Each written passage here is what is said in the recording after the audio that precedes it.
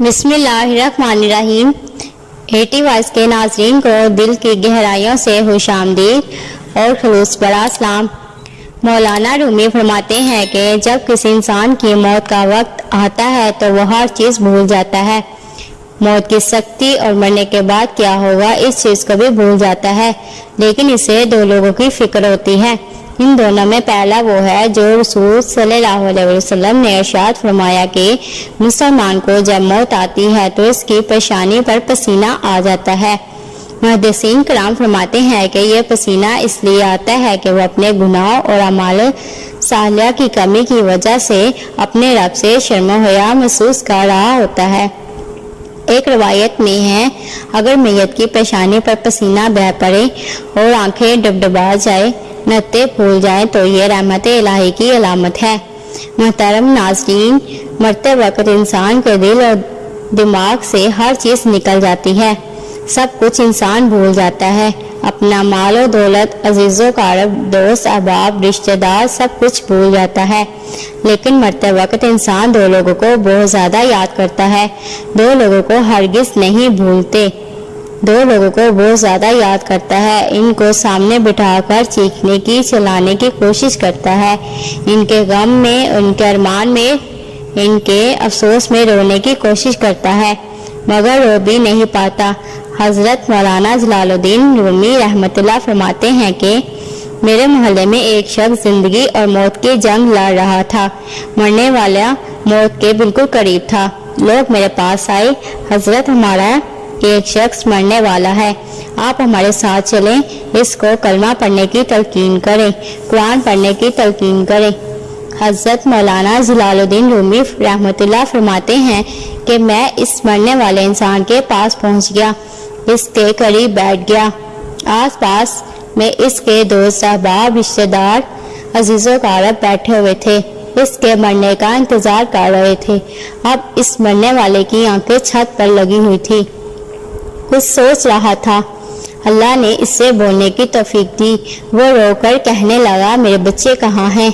اس کو نہ کمایا گیا مال یاد آیا، نہ دولت یاد آئی، نہ گھڑی، نہ عزیز و اقارب، نہ دوست، نہ رشتہ دار، یہاں تک کہ نہ تو اس سے اپنی ماں یاد آئی، نہ اسے اپنا باپ یاد آیا، نہ بہن، نہ بھائی یاد آیا۔ کہنے لگا میرے بچے کہاں ہیں؟ بچے دوڑ کر آئے، جی ابا حضور، ساتھ میں بیٹھ گئے۔ پھر کہا میری بیوی کہاں ہے؟ بیوی دوڑ کر آئی، وہ بھی ساتھ بیٹھ گئی۔ اب کہتا ہے تمہیں دیکھ کر میرا دل رو رہا ہے، میری آنکھیں رو رہی ہیں، سوچ رہا ہوں میرے مر جانے کے بعد میرے بچوں کا کیا بنے گا۔ انسان جب مرتے وقت بچوں کو جب آخری دفعہ دیکھتا ہے تو وہ یہ بھول جاتا ہے کہ میرے مرنے کے بعد میرا کیا بنے گا، بلکہ یہ سوچتا ہے کہ میرے مرنے کے بعد میری اولاد کا کیا بنے گا۔ میرے مرنے کے بعد معلوم نہیں میرے ان پیاسے بچوں کو کوئی پانی بھی پلائے گا یا نہیں، میرے مرنے کے بعد میرے عزیز و اقارب میں سے، دوستوں میں سے، بھائیوں میں سے، بہنوں میں سے میری طرح کوئی ان کا خیال رکھ پائے گا بھی کہ نہیں، میری طرح کوئی ان یتیم بچوں کی فکر کر پائے گا کہ نہیں۔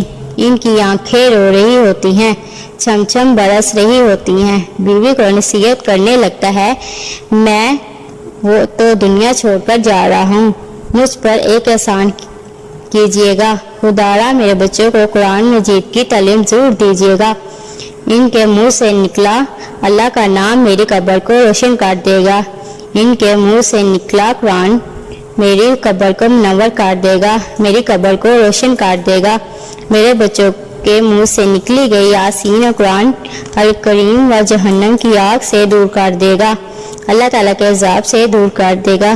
محترم ناظرین، اپنے بچوں کو دین کی تعلیم دینا، قرآن کی تعلیم دینا بہت ضروری ہے، کیونکہ تم نے وہ واقعہ نہیں سنا کہ سیدنا موسیٰ علیہ السلام کا ایک قبرستان سے گزر ہوا۔ آپ نے دیکھا کہ ایک قبر کے اندر مردے کو دردناک عذاب دیا جا رہا ہے، مردہ عذاب میں مبتلا ہے، اس کو قبر جہنم کے گھروں میں سے ایک گھڑا بن چکی تھی۔ حضرت سیدنا موسیٰ علیہ السلام آگے چلے گئے، کام کرنے کے بعد واپس جب اسی راستے سے گزر ہوا، آپ نے دیکھا کہ وہی جہنم میں جلنے والا شخص جس کی قبر میں عذاب دیا جا رہا تھا، اب وہ شخص جنت میں ٹہر رہا ہے۔ اس کی قبر جنت کے باغوں میں سے ایک باغ بن چکی ہے۔ دونوں ہاتھ اٹھائے عرض کیا، میرے مالک، تھوڑی دیر پہلے میں یہاں سے گزرا رہا تھا، یہی قبر جہنم کے گھروں میں سے ایک گھڑا بنی ہوئی تھی، تھوڑی دیر کے بعد یہ جنت کے باغوں میں سے ایک باغ کیسے بن گئی؟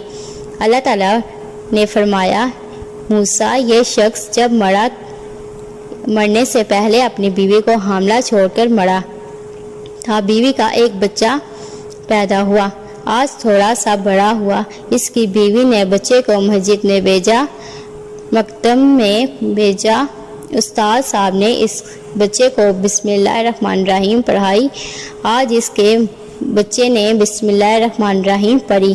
موسیٰ، مجھے حیا آتی ہے کہ اس کا بچہ میرا نام لے اور میں اپنا نام لینے والے بچے کے باپ کو جہنم میں ڈالوں، یہ میری رحمت گوارا نہیں کرتی۔ محترم ناظرین، اگر تم چاہتے ہو کہ تمہاری قبریں روشن ہو، عذاب تمہارے قریب بالکل نہ آئے، تو اپنے بچوں کو قرآن مجید کے تعلیم دینا بہت ضروری ہے۔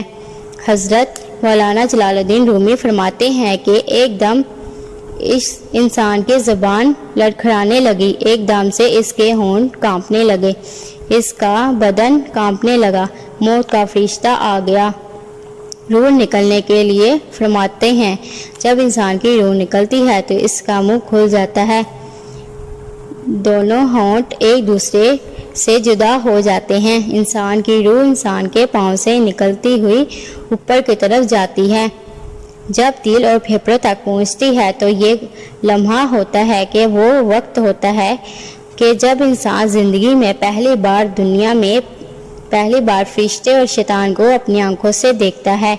ایک طرف شیطان اس کے کان میں مشورے دیتا ہے، دوسری طرف اس کی زبان سے اس کے اعمال کے مطابق الفاظ نکلتے ہیں۔ اگر انسان نیک ہوتا ہے تو اگر نمازی ہوتا ہے، اگر عبادت گزار ہوتا ہے، اگر اللہ کا نیک بندہ ہوتا ہے، تو پھر اس کا دماغ اس کی زبان کا کلمہ پڑھنے کی تلقین کرتا ہے، قرآن پڑھنے کی تلقین کرتا ہے، درود پڑھنے کی تلقین کرتا ہے۔ اگر انسان نیک نہیں ہوتا تو پھر اس کا دماغ عجیب حدت کا شکار ہو جاتا ہے، انسان شیطان کے مشورے کو قبول کر بیٹھتا ہے۔ جب انسان شیطان کے مشورے کو قبول کر بیٹھتا ہے تو پھر کوشش کرتا ہے کہ کلمہ پڑھے، لیکن نہیں پڑھ پاتا۔ حضرت عائشہ صدیقہ رضی اللہ عنہا سے روایت ہے کہ جب اللہ تعالیٰ کسی بندے کے ساتھ خیر کا ارادہ فرماتا ہے تو اس کے مرنے سے 1 سال پہلے ایک فرشتہ اس کے پاس بھیج دیتا ہے جو اسے برائی سے روکتا ہے اور اسے نیک راہ پر ڈالتا ہے، یہاں تک کہ اچھے وقت پر اس کی موت واقع ہو جاتی ہے تو لوگ کہتے ہیں کہ بندہ بہت مبارک وقت پر فوت ہوا۔ جب اس کی موت کا وقت قریب آتا ہے تو وہ اپنے نیک اعمال دیکھتا ہے، اس کا دل فوراً اس دنیا سے نکل جانے کو چاہتا ہے اور اپنے رب کریم کو ملنے کے لیے بے قرار ہو جاتا ہے، اور اللہ تعالیٰ بھی اس سے ملنے کو پسند فرماتے ہیں۔ اللہ تعالیٰ سے دعا ہے کہ ہم سب کو ملت اسلامیہ کو اعمال صالحہ کرنے کی توفیق عطا فرمائے، خاتمہ ایمان پر فرمائے، اولاد صالحہ عطا فرمائے جو ہمارے لیے صدقہ جاریہ بنے اور ہماری آنکھوں کی ٹھنڈک کا ذریعہ بنے، آمین ثم آمین۔